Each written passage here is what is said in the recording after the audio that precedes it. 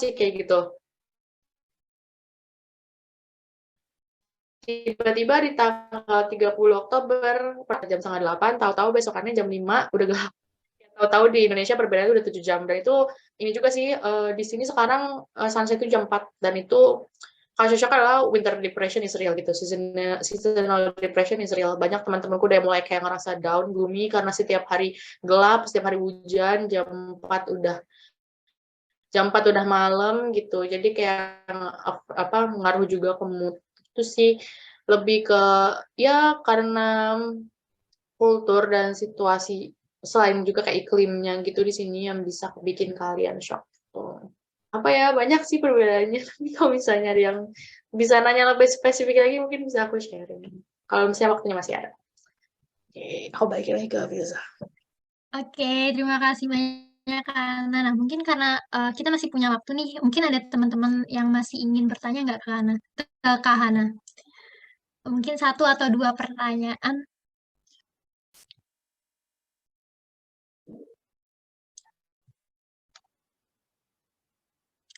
Kalau nggak ada, mungkin aku yang tanya ke Kak Hana, boleh kali ya, Kak? Oke, Kak Hana udah menjelaskan mengenai culture shock di UK dengan selama di UK gitu. Nah, untuk studinya sendiri gimana sih Kak di Sussex itu apa yang menjadi beda antara HI Unsur dengan studi di Sussex itu terus juga di sana Kak Hana tuh ngambil jurusan apa kayak gitu. Mungkin bisa sharing ke kita. Oke, thank you pertanyaannya. Ini bagus sih pertanyaannya. Jadi kalau aku sendiri, aku di bawah HI Sussex, tapi aku ngambil 4 matkul yang semuanya beda jurusan. Gitu karena kita dibebasin gitu kan ngambil beda jurusan dan jadi ketika kalian daftar ISMA, kalian bakal milih course-nya itu di awal gitu. Dan itu cuma bisa ganti ketika si pihak universitasnya itu membolehkan gitu. Jadi kayak ketika kalian udah dapat letter of acceptance, terus disuruh si course, itu di situ kalian bisa tahu apakah course itu bisa diganti atau enggak. Kalau misalnya course diganti dan beda dari apa yang kalian daftar waktu ISMA, kalian harus lapor ke ISMA-nya. Kemudian untuk aku sendiri, aku waktu daftar itu ngambil 4 global issues itu di bawah HI, understanding global migration di bawah geografi, news sorry bukan digital environment di bawah media arts and humanity sama reason and argument di bawah filosofi. Kemudian aku dapat LOE, aku masukin itu, terus aku diminta masukin course cadangan in case yang 4 itu tuh penuh gitu. Terus aku masukin news, power, and politics di media arts humanities juga, nggak salah. Kemudian masukin juga aku global culture, comparative public policy, aku lupa apa lagi.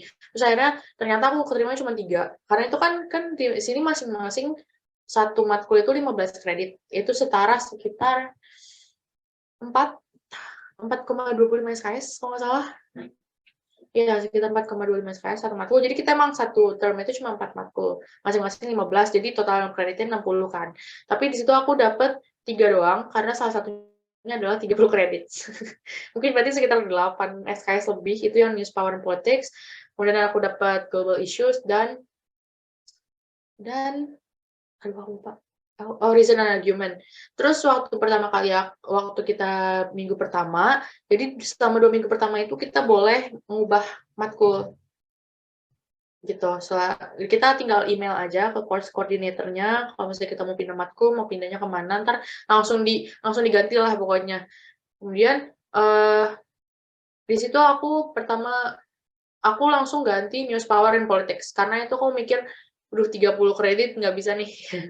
Nggak bisa nih pasti saya pusing, aku ngeliat modulnya juga kayaknya nggak masuk di aku gitu.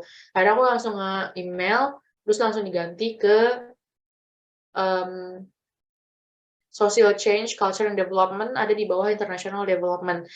Kemudian pas hari pertama aku Reason and Argument, di situ aku langsung nyesal karena itu pure filosofi. Itu matkulnya tuh tentang gimana kalian ngekonstruksi argumen yang baik, argumen yang sound dan valid gitu. dan ya pokoknya tentang reason and argument. Dan itu benar-benar pure filosofi, meskipun itu di tahun pertama ya, itu matkul tahun pertama itu aku nggak bisa ngikutin sama sekali. Aku langsung email course coordinator, aku minta ganti, tapi waktu itu yang jadi kendala ternyata course koordinatornya sakit, jadi selama seminggu email aku nggak dibalas. Terus aku akhirnya berhasil diganti ke matkul yang aku pengen di awal, itu understanding global migration sama digital environment. Ini juga disclaimer, jadi courses itu ada yang ditawarin di tahun pertama, level tahun pertama, ada yang level tahun kedua. Itu semua detail courses-nya itu biasanya bisa dicari di website universitasnya. Kalian tinggal masukin aja gitu, misalnya kayak Global Issues University of Sussex modul di Google. Nanti ada detailnya. Itu ada detailnya itu level berapa, kreditnya berapa, terus tipe kelasnya tuh apa. Dan tipe-tipe penilaiannya itu apa. Soalnya ada yang essay doang, ada yang group projects juga, ada yang ujian tertulis gitu. Terus kalau mungkin boleh cerita, matkul itu yang aku ambil itu yang pertama Global Issues, itu HI tahun pertama, itu setiap minggunya ngebahas isu-isu global yang berbeda. Terus itu ada grup project-nya, kita disuruh bikin dokumenter, kayak presentasi gitu, dokumenter yang ngejelasin soal isunya, ngejawab-jawab pertanyaan yang udah dikasih sama profesornya. Kemudian ada esai juga, esai 1.500 kata di akhir tahun. Itu HI banget, kalau misalnya anak HI masuk itu pasti kayak ya masih mudah lah gitu, karena bahasnya tuh tentang pembangunan, terus climate justice, ISIS, terus habis itu COVID, sanksi ekonomi, sama perang Ukraine gitu untuk tahun ini, karena itu setiap tahun bakal berubah menyesuaikan sama isu yang ada. Kemudian aku ngambil understanding global migration, ini matkulku yang paling sulit. Ini geografi tingkat 2. Ini ya kayak nama matkulnya ini mempelajari soal migrasi dan kayak mendalami gitu elemen-elemen dari migrasi itu sendiri. Dan ini benar-benar komprehensif, ini dalam ngebahasnya, dan aku kayak I find myself struggling with that karena ternyata susah gitu. Kemudian ada digital environment, ini media arts humanities, media komunikasi di tingkat pertama. Ini menarik banget karena kita belajar soal internet. Nggak cuma soal internet, ini kalian jangan bayangin kalian belajar kayak waktu di SD, SMP, SMA yang belajar TIK gitu ya. Ini tuh ngebahas soal internet, platform, terus etika di internet, terus digital divides, hak-hak ke digital kalian selama kalian ada di internet, dan itu ringan karena topik yang sama akan dibahas selama 2 minggu.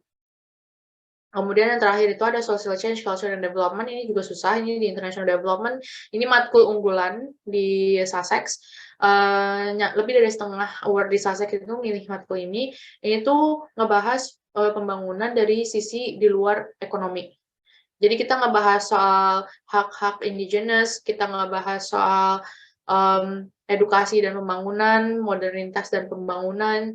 Pokoknya ini yang aku bilang kenapa Sussex itu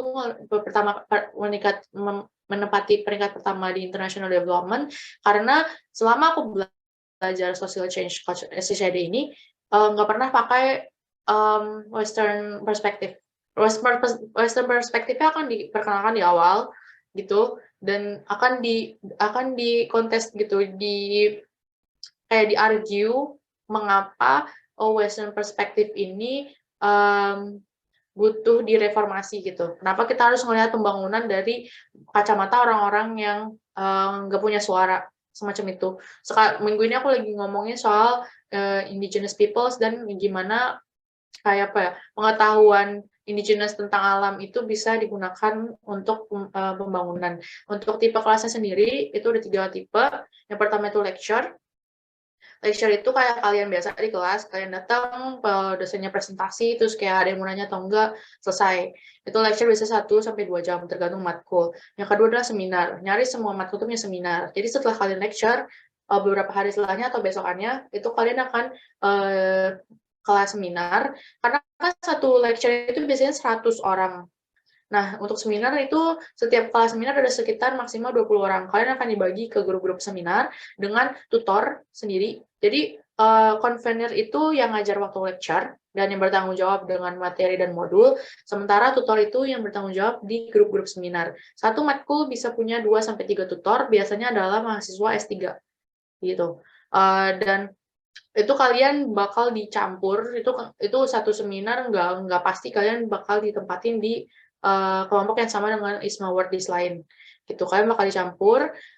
Di situ kalian sebelum seminar kalian diharuskan untuk baca. Setiap minggu bacanya beda sesuai topik. Essential readings-nya sekitar 2-3 setiap minggunya, dan waktu seminar kalian harus menjawab pertanyaan diskusi yang jawabannya itu ada dari reading. Jadi kalau misalnya kalian nggak baca reading, biasanya kalian cuma ngangok aja gitu. Kayak ini bahas apa, ini diskusi apa, itu kalian bakal bingung kalau kalian nggak ngebaca reading-nya. Ketiga itu workshop. Workshop itu ada global issues, itu 2 jam. Kalau workshop sendiri, bagian pertamanya adalah lecture, terus break selama 10 menit, kemudian kita bakal diskusi interaktif gitu. Bisa debat, bisa diskusi, bisa nampilin dokumenter juga. Yang beda dari Indonesia adalah di sini aku ngerasa kalau di sini kita banyak belajar mandiri gitu. Lebih banyak belajar mandirinya karena lecture biasanya cuma 1 jam, cuma ada satu matkul yang lecture 2 jam, seminar juga cuma 1 jam.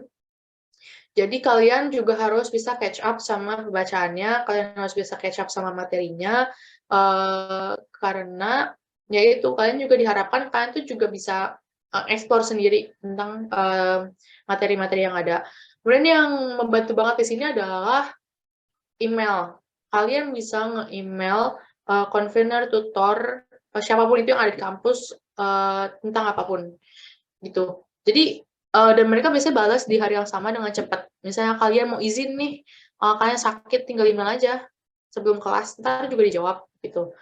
Terus abis itu di sini presensi itu nggak ngaruh ke nilai, tapi presensi ini tetap di-record karena untuk melihat kalau misalnya kalian absen terlalu banyak beberapa minggu berturut-turut, itu bakal di-reach out itu loh. Karena di sini lumayan concern dengan mental health, jadi kalian bakal dicek itu apakah kalian ada kesulitan atau kalian ada masalah. Kemudian di sini setiap convener dan tutor itu punya office hours. Jadi mereka nggak bisa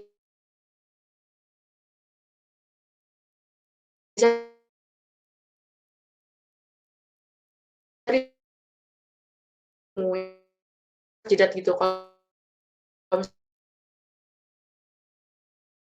di hari tertentu, di jam tertentu. Itu juga semua informasi soal modul, materi, tugas segala macam yang bisa kalian cari itu ada di apa ya, aplikasi namanya Canvas. Jadi kayak Eldiru gitulah. Tapi kalau di Eldiru kan cuma tugas sama materi gitu kan. Kalau di Canvas itu ada semuanya. Ada tugas, materi, email, kontaknya convener dan tutor, terus reading list itu juga ada di Canvas. Dan semua lecture itu direkam, dan rekamannya bakal diupload setelah lecture itu selesai. Jadi kalau misalnya kalian nggak datang atau kalian datang lecture terus kalian nggak terlalu paham nih materinya soal apa, itu kalian tinggal buka Canvas, kalian bisa nonton itu lagi gitu, nonton itu, dan itu juga ngebantu banget, itu ada subtitlenya. Kemudian apalagi ya, di sini juga penilaiannya itu nggak ada kuis. Di sini tuh penilaian gede. Esai itu misal untuk tingkat 1 biasanya saya cuma 1, meaning nilai kalian itu dipengaruhi dari esai. Satu esai doang 100% bobotnya.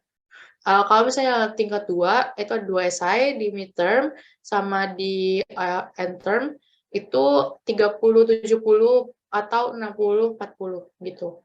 Jadi memang berat, esai itu berat banget. Kemudian semua esai itu akan dikasih feedback dari masing-masing convener dan tutor yang akan dikirim balik ke kalian setelah beberapa minggu. Dan di sini juga ada namanya reading week. Reading week itu di week ke-6, di mana di situ nggak ada seminar, pokoknya nggak ada kelas. Reading week itu dikasih ke kalian untuk memberikan kalian kesempatan untuk ngerjain esai dan ngebaca readings yang kalian tinggalin gitu. Kayak kalian ketinggalan readings, itu ada di situ. Itu reading week. Total perkuliahan cuma 11 minggu. Kalau aku sendiri total perkuliahan cuma 11 minggu, termasuk reading week, jadi bener-bener yang kuliahnya itu tuh sekitar 10 minggu. Dan di sini aku libur mulai tanggal 9 Desember, aku libur sampai tanggal 2 Januari, 3 minggu lebih. Dan juga semua, kalau aku ya, semua penilaianku itu esai dan disubmit secara online. Jadi di minggu ke-11, 2 minggu lagi tuh hari terakhir aku masuk kelas dan ketemu dosen-dosennya. Kalau itu sih dari aku. Mungkin bisa dimengerti ada yang ketinggalan nggak? Iya Kak, bisa dimengerti kok. Terima kasih banyak Kak Hana atas informasinya tadi sangat-sangat apa ya insightful gitu lah untuk kita yang oh ternyata kuliah di luar negeri itu seperti itu cara pembelajarannya berbeda dengan kuliah di Indonesia gitu. Oke mungkin karena waktu yang terbatas pertanyaan aku tadi mungkin eh, menjadi pertanyaan terakhir dan sesi Q&A ini sudah dicukupkan. Terima kasih banyak untuk Kak Hana dan alhamdulillah rangkaian acara workshop pada malam hari ini telah terlaksana dengan baik dan lancar. Kita semua juga sudah mendapat pengetahuan dan pengalaman yang sangat berharga dari Kak Hana selaku narasumber pada malam hari ini. Tadi Kak Hana juga menyampaikan mengenai bagaimana tips membuat essay seperti harus singkat, padat, dan juga jelas. Dan tadi juga dilampirkan juga contoh essay yang digunakan Kak Hana sewaktu mendaftar program ISMA kemarin. Semoga materi yang sudah disampaikan tadi dapat bermanfaat untuk kita semua dan kita semua pun dapat tergerak untuk mengikuti jejak Kak Hana sebagai worthy program ISMA. Untuk teman-teman sekalian, jangan lupa juga untuk isi form yang telah di-share panitia di kolom chat. Itu sebagai syarat untuk kalian mendapatkan e-sertifikat setelah mengikuti workshop pada malam hari ini. Dan yang terakhir, saya Filza Latifa pamit undur diri dan mohon maaf apabila tadi ada kata-kata yang kurang berkenan di teman-teman semua. Terima kasih atas perhatiannya. Wassalamualaikum warahmatullahi wabarakatuh. Makasih banyak teman-teman semua, teman-teman PSDM.